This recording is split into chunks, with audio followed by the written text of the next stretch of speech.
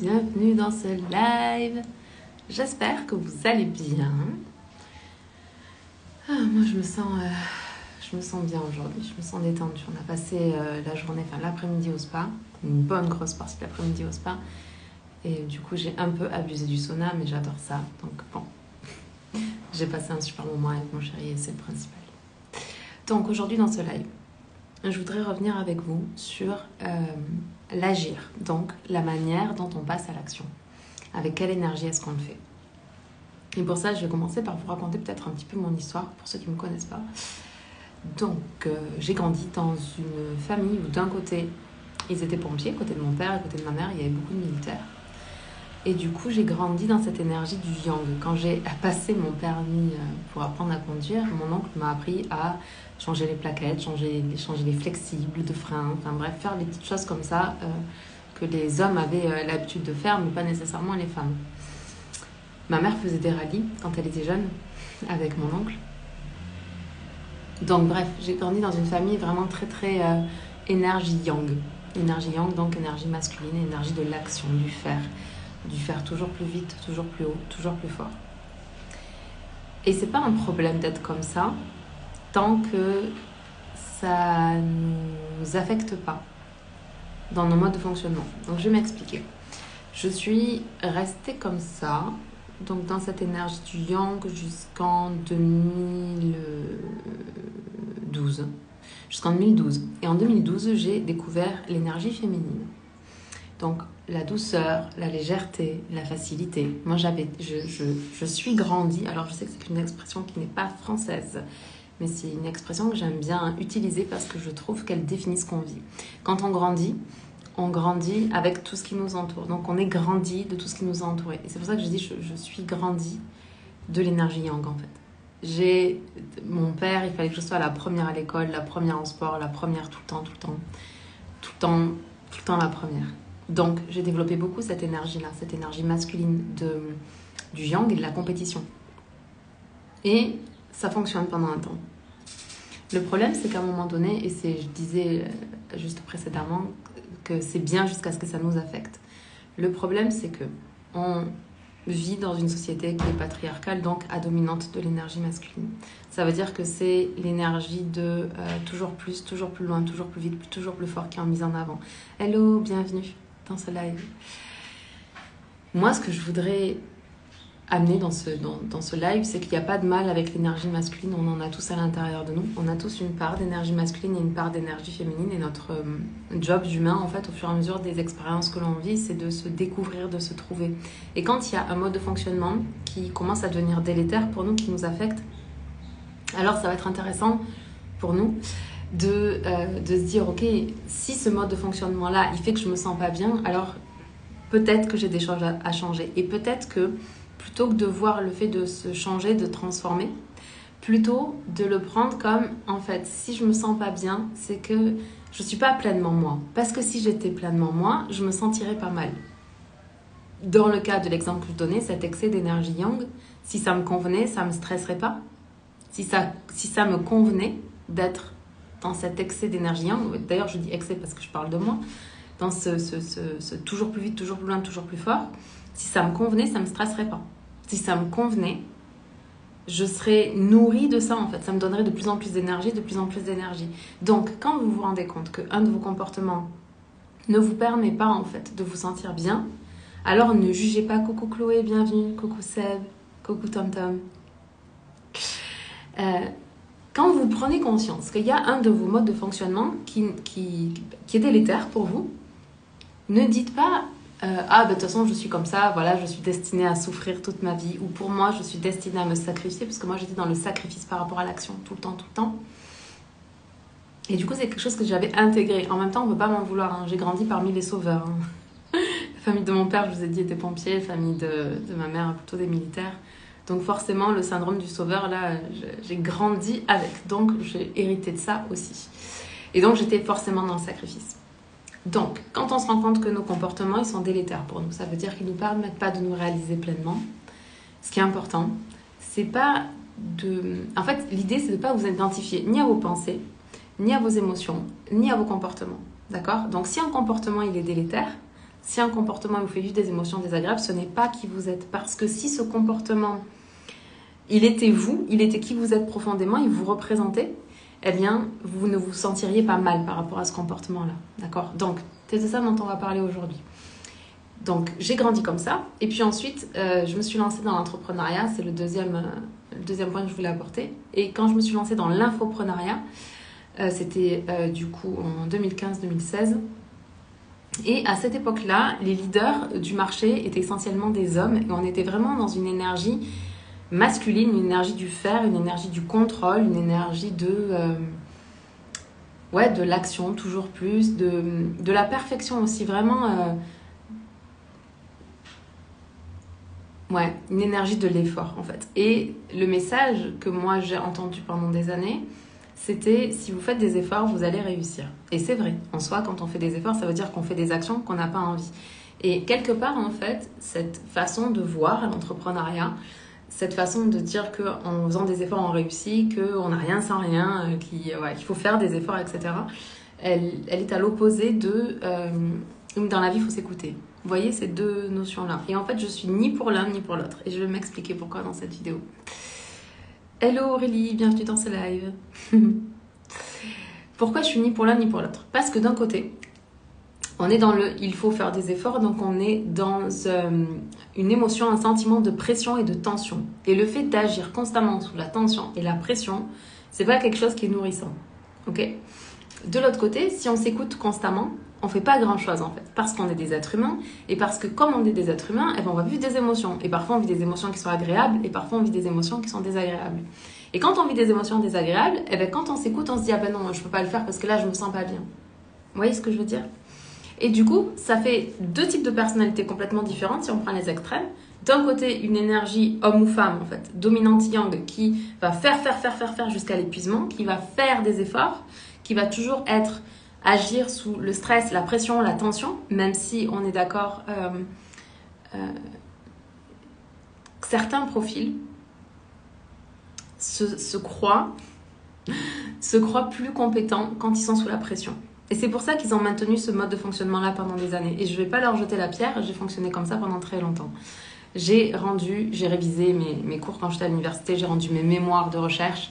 Vraiment, je m'y prenais toujours au dernier moment parce que dans la pression, j'avais l'impression qu'il me poussait des ailes en fait et que du coup j'étais plus efficiente. Mais c'est complètement faux. C'était vraiment la croyance qui, par le biais cognitif de confirmation, venait se valider dans ma réalité. C'est faux. C'est faux. Et si vous croyez ça, je vais vous inviter à croire qu'en fait, vous êtes vraiment brillant et brillante quand vous faites les choses depuis un endroit de paix, de sérénité, de joie, de facilité, de simplicité. Parce que ce mode de fonctionnement-là, qui est le mode fait des efforts, qui est un driver, donc c'est un psychologue américain qui a fait une recherche sur les profils en état de stress. Et il a trouvé 5 profils différents face au stress. Vous avez les personnes qui sont perfectionnistes face au stress. Le problème, c'est que quand on est perfectionniste, on s'épuise à essayer de faire du 100% parfait. C'est pas possible. Et c'est ma belle-mère qui dit, et je trouve ça très parlant, elle dit qu'en fait, il faudra 99% du temps pour arriver à faire 90% du travail, de la perfection, atteindre 90% de la perfection. Et après, il faudra à chaque fois 100% de temps pour faire 90% par rapport à la perfection. Et après, il faudra 100% de temps pour chaque 10e%. En fait, on n'arrive jamais à cet état de perfection. Et donc, il faut savoir lâcher prise à un moment donné pour pas se mettre la pression de la perfection. Donc, on a les soi parfaits qui du coup, en gestion de stress, ils ont tellement peur que ce soit pas parfait, en fait, qu'ils vont rien faire. Donc, ils vont s'empêcher de faire. Et ce stress, en fait, va les inhiber. Et du coup, ils vont procrastiner. On a les dépêche-toi. Les dépêche-toi, c'est ceux qui pensent que dès qu'il y a de l'urgence, on peut compter sur eux, qu'ils seront là et qu'il n'y aura pas de problème. Mais ça, c'est le dépêche-toi. C'est parce que dès qu'il a la pression du temps, il est bon. Il se dépêche quand il a plus de temps. Le reste du temps, il procrastine. C'est le dépêche-toi rebelle. Ensuite, on a le fait des efforts. Le fait des efforts, c'est celui dont je parle principalement aujourd'hui. Le fait des efforts, c'est la personne à qui on a toujours répété qu'en faisant des efforts, il allait réussir dans la vie. Et bien sûr que ça se vérifie. Vous prenez une personne qui est constamment en train de se surpasser, d'aller toujours plus loin, toujours plus vite, toujours plus fort, d'apprendre toujours plus. C'est quelqu'un d'extrêmement inspirant. C'est le bon côté du fait des efforts, c'est que c'est quelqu'un de très inspirant. Quelqu'un auprès de qui si vous passez du temps, vous allez apprendre énormément de choses. Parce que cette personne, elle ne s'est jamais arrêtée tout au long de sa vie. Elle a toujours continué d'apprendre, de grandir, de comprendre, d'aller toujours plus loin, toujours plus fort.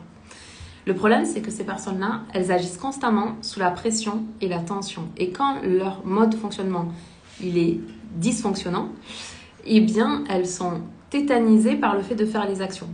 Donc, du coup, elles ne passent pas à l'action et elles ne font pas ce qu'elles doivent faire pour se réaliser. Ou elles ne disent pas ce qu'elles ont envie de dire vraiment. Elles s'empêchent parce que la pression et la tension est bien trop forte.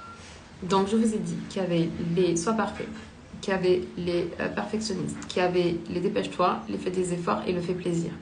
Le fait plaisir, c'est un peu différent, c'est plutôt celui qui s'oublie au profit des autres. Donc, restons sur ce truc-là.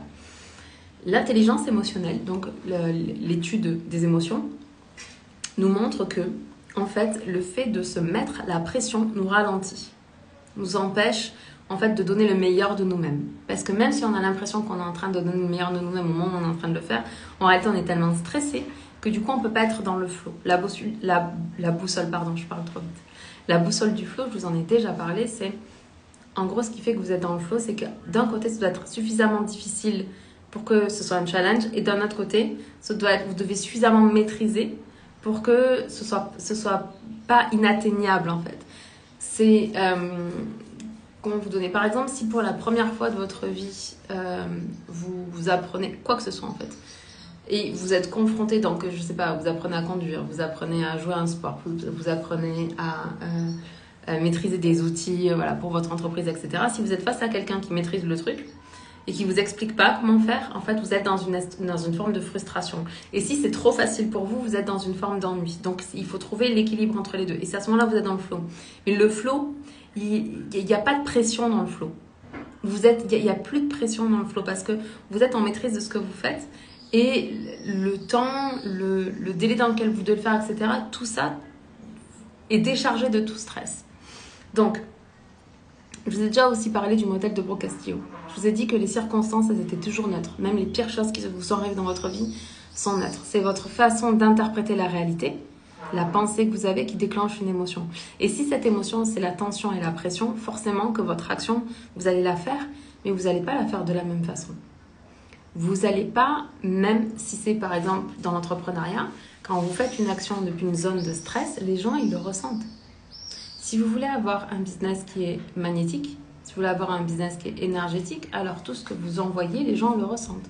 Et donc les gens ressentent si au moment où vous le faites, vous êtes stressé, ou si au contraire, vous êtes dans la joie, dans le plaisir, dans la facilité, dans le partage. Et les gens, bien que pendant longtemps, on ait voulu voir ces modèles de perfection, de toujours plus machin, aujourd'hui, on est fatigué de ces modèles-là parce que ça a conduit beaucoup de personnes à faire des burn-out. Et il n'y a pas de jugement à avoir sur le fait de faire un burn-out, une dépression, avoir des crises d'anxiété et tout. C'est humain, ça fait partie de l'humanité, tout ça. L'idée, c'est plutôt que si vous traversez des choses comme ça, c'est de vous apporter de l'amour, en fait, tout le temps. Je sais que ça peut paraître fou, moi j'ai longtemps résisté à ça, c'est mon côté très yang, mais le fait de quand on ressent de la tension, du stress, de la pression, de l'anxiété ou de l'angoisse, et de s'attraper, de se dire, attends, tu sais, ça va bien se passer, t'inquiète pas. Ça va bien se passer, mais le problème c'est que on croit à nos émotions, on s'identifie à nos émotions et du coup on fait que les perpétrer, on les intensifie. Et c'est pour ça qu'on se retrouve à faire des crises d'angoisse et de panique parce qu'on a amplifié l'anxiété. Donc l'anxiété c'est quoi? C'est du stress. Plus multiplié par le temps, ça fait de l'anxiété. Multiplié par le temps et l'intensité, ça fait de l'angoisse. Et multiplié encore par l'intensité, ça fait des crises de panique. C'est la même chose. Si on était en mesure de gérer ce stress-là, on n'en arriverait pas à des crises de panique. Et parce qu'on n'écoute pas le message de l'émotion. Donc, on sait que chaque émotion a un message. C'est pour ça qu'on parle d'intelligence émotionnelle. On sait que dans les émotions de la base, la colère, c'est repousser. La peur, c'est fuir ou combattre. La joie, c'est avancer. Il m'en manque une. La tristesse, c'est relâcher. Lâcher prise. Toutes les autres émotions, elles ont également un message. Hello, bienvenue dans ce live. Elles ont également un message. Et donc, quand vous êtes dans le stress, dans la pression, dans la tension, le message, c'est détends-toi. Hier, je vous ai parlé du fait que dans une situation, quelle qu'elle soit, on a tendance à regarder qu'un côté de la pièce, pile face. On regarde toujours le côté, par exemple, j'ai fait un crédit, c'est une de mes clientes, j'ai fait un crédit et ça me stresse parce que je me suis endettée sur 20 ans et ça me panique complètement. Ok, donc elle est en train de regarder le côté pile de la pièce, mais pour voir et percevoir la situation dans son ensemble, il faut aussi regarder le côté face. Et dans le côté face, en fait, elle a une maison qui lui appartient, elle ne paye plus de loyer. Tous les mois, même si elle a des frais, des charges, des choses comme ça, mine de rien, c'est comme si elle mettait de l'argent sur un compte, elle est en train de créer du capital. Et quand vous êtes stressé par rapport à une situation, vous devez prendre la situation dans son ensemble. Si vous surfocalisez sur le négatif, vous êtes en train uniquement d'utiliser votre biais cognitif de négativité et vous n'êtes pas en train de vous sentir bien, c'est normal. Donc comment est-ce qu'on fait maintenant pour agir depuis une zone de facilité et de plaisir? Déjà, vous avez été, pour la grande majorité d'entre vous, si tu ne fais pas partie de ces personnes-là, félicitations à toi, remercie tes parents, remercie l'environnement dans lequel tu as grandi, tu as de la chance, bravo. Mais pour les autres, être humain, moi également, j'ai grandi dans le stress et dans la pression. Donc j'ai appris à agir dans le stress et dans la pression. Donc la facilité et le plaisir, c'est des émotions, des sentiments que j'ai dû aller développer consciemment et intentionnellement. J'ai dû décider d'agir de cette manière-là. Parce que mon pilotage automatique d'être humain, grandi comme j'ai grandi, c'est d'être dans le sacrifice, dans l'effort et dans le stress et dans l'attention. Donc comment on fait pour agir depuis un endroit de plaisir, de joie et de facilité? Déjà, il faut enlever beaucoup d'interférences. Je vous ai déjà dit, votre bonheur, votre magnétisme, votre puissance, peu importe comment vous voulez appeler ça, c'est votre potentiel moins les interférences. Dans les interférences, il y a les croyances, il y a les peurs, il y a les conditionnements, il y a plein de choses en fait. Et plus vous retirez de choses de cet endroit-là, plus vous enlevez d'interférences et plus vous récupérez de la souplesse. En fait, quand vous agissez dans le stress, de la tension, vous êtes comme ça. Vous ne pouvez pas passer de ça à ça, c'est pas possible. À un moment donné, il va falloir d'abord desserrer, créer du mouvement. Et là, vous aurez du mouvement, vous allez pouvoir commencer à décider d'agir depuis le plaisir et depuis la facilité. Mais il va falloir laisser partir la version de vous qui se valorise dans la pression, la tension et l'effort. Pour arriver à agir depuis la facilité, depuis le plaisir, là, depuis la joie, il a fallu que j'accepte que la moi guerrière, la moi sapeur-pompier volontaire saisonnier pendant 15 ans, la moi qui a travaillé avec les militaires et avec la gendarmerie, cette moi-là, cette femme très yang, il fallait que je la laisse partir parce qu'elle n'avait plus de raison d'exister. Cette version de moi, elle était valable tant que ce mode de fonctionnement-là me servait. Mais dès lors que ce mode de fonctionnement-là me desservait, alors c'était important que je change ce mode de fonctionnement-là. Et donc j'ai dû laisser mourir cette ancienne version de moi pour pouvoir être connectée à cette nouvelle version de moi qui fait les choses dans la facilité, qui fait les choses avec plaisir, qui fait les choses dans la joie, qui fait les choses depuis un sentiment de sérénité. Ça m'étonne tellement pas, ma belle Chloé. Je me reconnais tellement un personnage de guerre, mais c'est ça. Et le truc, c'est que si tu veux arrêter d'agir depuis cet endroit de tension, de pression, de stress et de sacrifice, parce que très probablement aussi tu es dans le sacrifice, eh bien, il faut que tu acceptes de relâcher cette part de toi pour te permettre de faire naître l'autre version de toi qui, bien sûr qu'elle est capable. Elle est tout aussi capable, c'est juste qu'on vit dans une société patriarcale où on valorise l'énergie masculine, mais on peut faire énormément de choses avec l'énergie féminine. Et encore une fois, c'est pas une question de renoncer totalement à ça pour partir complètement de l'autre côté. Je vous l'ai dit, le but de la vie, c'est au fur et à mesure des expériences et de découvrir qui on est et à chaque fois d'ajuster, de trouver sa propre voie du milieu. Et si vous avez envie d'avoir de l'aide avec ça, avec le fait de laisser partir cette version de vous pour en faire naître une nouvelle et vous aligner par rapport à ça, eh bien venez dans mon programme Renaissance, on fait un live ensemble. Hello Ludivine, bienvenue dans ce live.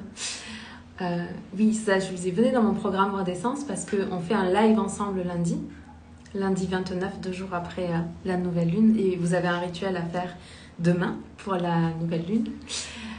Qui vous permettra en fait de lâcher prise sur cette ancienne version de vous à laquelle vous continuez de vous identifier alors qu'elle ne vous sert plus aujourd'hui. Et si elle ne vous sert plus, c'est juste que votre âme elle est en train de pousser en me disant Cette ancienne version de toi qui t'a permis d'obtenir tellement de choses dans ta vie, aujourd'hui là, tu dois accepter de laisser partir cette version de toi comme un oignon. Vous voyez un peu, on enlève des couches au fur et à mesure qu'on avance, et plus on enlève de couches, et plus on est aligné sur qui on est, et toutes les expériences qu'on vit dans notre vie, depuis qu'on est enfant jusqu'à notre mort, elles nous permettent uniquement d'enlever ces couches et de prendre conscience que tiens, j'ai tel conditionnement, et tel conditionnement, il est super si vous l'avez gardé jusqu'à maintenant. Si jusqu'à maintenant vous avez agi dans le stress, dans la pression, dans la tension, c'est parce que ça vous a servi. Sinon, vous auriez arrêté. Et du coup, c'est pour ça que c'est difficile pour vous d'y renoncer. Et je vous comprends, j'ai eu du mal à renoncer à ça parce que j'étais fière d'être cette femme-là, d'être cette femme yang, d'être cette femme déterminée, que tout le monde puisse compter sur moi, d'être plus forte psychologiquement et mentalement et physiquement parfois que certains hommes. Et j'étais très forte, j'étais très fière d'être cette femme-là. Mais ce conditionnement-là, cette manière de vivre ma vie, à un moment donné, ça m'a desservi. Ça m'a permis de faire des choses extraordinaires que j'aurais jamais fait sans ça. Donc, ne vous reniez pas. Ne vous reniez pas dans le fait que vous avez été cette femme-là. Mais si aujourd'hui, et c'est à vous que je m'adresse là, c'est aux personnes qui sentent que, ok, cette manière de fonctionner, elle m'a servi jusqu'à maintenant. Aujourd'hui, j'ai envie d'autre chose. Aujourd'hui, j'ai envie de me sentir libre. Aujourd'hui, j'ai envie de me sentir puissante. Aujourd'hui, j'ai envie de me sentir magnétique. Aujourd'hui, j'ai envie de me dire que je peux agir avec facilité. Venez dans Renaissance. C'est le travail qu'on va faire ensemble. C'est un coaching énergétique en live. C'est un coaching énergétique de groupe. Et je vais vous faire passer par ces phases-là, en fait. Par ces phases, par ce processus que le cerveau fait naturellement quand on enlève en fait un uniforme pour se révéler à soi-même. Et tout au long de la vie, on enlève des couches d'oignons. Et c'est vraiment le but de Renaissance. Donc, si vous avez envie d'apprendre à agir depuis la facilité, soyez les bienvenus. Et si c'est pas le moment pour vous, ben vous êtes aussi les bienvenus dans ce live. Je suis heureuse de partager ce temps-là avec vous. C'est juste que j'ai tellement vécu ma vie. Je vous assure, j'ai tellement vécu ma vie dans le stress, dans la pression, dans la tension, dans le besoin de perfection, que du coup, je me suis empêchée de faire tellement de choses. Pourtant, j'ai fait beaucoup de choses dans ma vie. Mais je vous assure qu'il y a plein de fois où, avant, j'avais décidé, je me disais, ah tiens, je ferais bien une vidéo là-dessus, mais sauf que je me disais, ah oui, mais attends, pour faire ta vidéo, il faut que tu ranges ta maison, parce que je suis pas la personne la plus ordonnée de la Terre. Moi, je suis une tornade, c'est-à-dire qu'avec mon chéri, on range, et puis, je sais pas, 10 minutes après, j'ai déjà tout sorti, je sais pas comment je fais, bref. Donc, il faut que je range la maison, il faut que je me maquille, il faut que je me coiffe, il faut que je sorte ma caméra, mes micros, mes lumières et tout pour faire une vidéo, et je suis plus dans ma spontanéité. Et donc, si aujourd'hui, je suis en live avec vous, telle que je suis, sans maquillage, sans lumière, sans rien, juste avec mes AirPods et mon iPhone, c'est parce que j'ai libéré beaucoup de choses. Et je sais que vous êtes capable de faire ça. Et le truc, c'est que vous ne serez pas moins puissante si vous renoncez à une part de vous qui aujourd'hui est délétère pour vous. C'est ça que j'ai en fait, voilà. Le but de ce live, c'est ça. C'est que si votre mode de fonctionnement, il vous rend heureuse et heureux, continuez, c'est génial. Et si aujourd'hui, vous vous rendez compte que vous êtes en train de taper un plafond de verre tout le temps, et qu'un truc là, ça c'est difficile, c'est compliqué, il faut y aller à l'effort, etc. Hello, bienvenue dans ce live. Et que vous vous sentez pas bien par rapport à ça, alors venez dans Renaissance. En plus, il y a un tarif à 55 €. Franchement, c'est fou.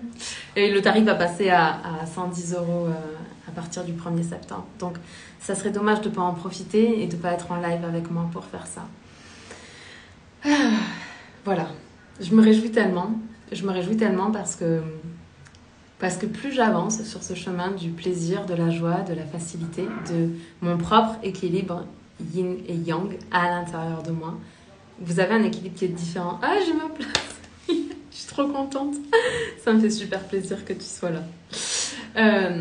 Oui, ce cheminement en fait, de trouver mon propre équilibre et l'expérience de vie la plus enrichissante qui m'était donnée de vivre. Parce que quand je fonctionnais que ici, que dans mon mental, bien que j'ai toujours été quelqu'un de très spirituel, d'un peu trop connecté parfois, mais je bloquais tout à cause de mon mental. Et de trouver cet équilibre-là entre mon corps physique, mon corps émotionnel, mon corps mental et ma partie spirituelle, et d'incarner tout ça dans ce monde et de pouvoir être là en live avec vous, en freestyle total tous les jours, et de le faire depuis mon cœur et de me dire juste, tu sais, Sandrine, on n'a pas besoin de mettre de l'attention dans nos actions. On a juste besoin de faire. Faire ne nécessite pas l'attention. J'ai des amis hommes entrepreneurs qui ont des entreprises multimillionnaires, d'accord, et qui ont une espèce de flegme par rapport à l'action. Ils sont juste hallucinants. On a l'impression que c'est des... Comment dire, des taureaux musclés là qui vont foncer dans le tas, mais pas du tout. Et ils peuvent avoir cette image sur les réseaux sociaux et tout, mais quand on les rencontre, ça a tellement rien à voir. C'est des gens d'une douceur et ils ont la facilité qui coule sur eux, quoi. Et donc, du coup, c'est un apprentissage de faire ça. C'est un apprentissage de agir juste parce que vous devez le faire, sans vous mettre la pression parce que vous devez le faire, sans vous mettre la pression parce que votre to-do, elle fait, je sais pas, moi, une feuille A4 complète recto-verso. Ça fait pas de sens. Ça fait pas de sens, ça change rien. L'action, que vous la fassiez depuis un endroit d'effort et de souffrance, de sacrifice, ou que vous fassiez la même action depuis un endroit de paix, de facilité et de plaisir, c'est la même action. Sauf que, comme quand vous faites cette action, vous déclenchez une vibration dans votre corps, c'est ça que les gens y ressentent. Les gens y ressentent ce que vous dégagez. Si vous dégagez de la joie, si vous dégagez du plaisir d'être en live là, et si vous avez fait votre action avec ce plaisir-là et cette facilité-là, les gens en face, ils le ressentent. Et ils ont envie de ça. Ils ont envie de ça parce qu'on a tous été conformés dans cette société de sacrifice et d'effort permanent. On a droit à autre chose. Et c'est mon invitation. Voilà. Je vais aller retrouver mon chéri. Je vous remercie infiniment d'avoir été avec moi dans ce live. Je vous embrasse. On se parle demain. Et si vous avez envie que je vous aide à faire ça, venez dans Renaissance. Vraiment, je vous assure que je suis très contente parce que j'ai mélangé dans ce programme-là toute ma partie mentale, connaissance en neurosciences, en psychologie positive. On aura là, je vais le faire ce soir, vous l'aurez demain matin. Je vais le faire avant de me coucher. Pour le rituel, tu fais bien de poser la question. Je vais le programmer pour que vous l'ayez demain matin. Oui, c'est ça. J'ai mélangé mes connaissances en neurosciences, etc. Toute la structure qui est importante pour la transformation. Je vous fais passer dans ce live par les différents états dans lesquels le cerveau doit passer. Sauf que le cerveau, il peut faire 1 an. Il peut mettre 1 an à faire ce truc-là. Et nous, on va le faire en un live. Pourquoi ? Parce que je mets la structure et la méthodologie scientifique. Et avec ça, j'ai comme téléchargé, canalisé, vous mettrez le mot que vous voulez, une manière énergétique de vous l'emmener. Donc c'est pour ça que je suis tellement fière de ce programme. Mais bon, allez, je vous laisse passer une très très belle soirée. N'oubliez pas que demain c'est la nouvelle lune. Donc vous pouvez faire vos petits rituels. Celles qui viennent dans Renaissance, je vais vous envoyer du coup le rituel de nouvelle lune que je vous invite à faire pour ce travail qu'on va faire 2 jours après la nouvelle lune. Je vous embrasse de tout mon cœur, de toute mon âme, de toutes mes forces. On se voit demain. Ciao.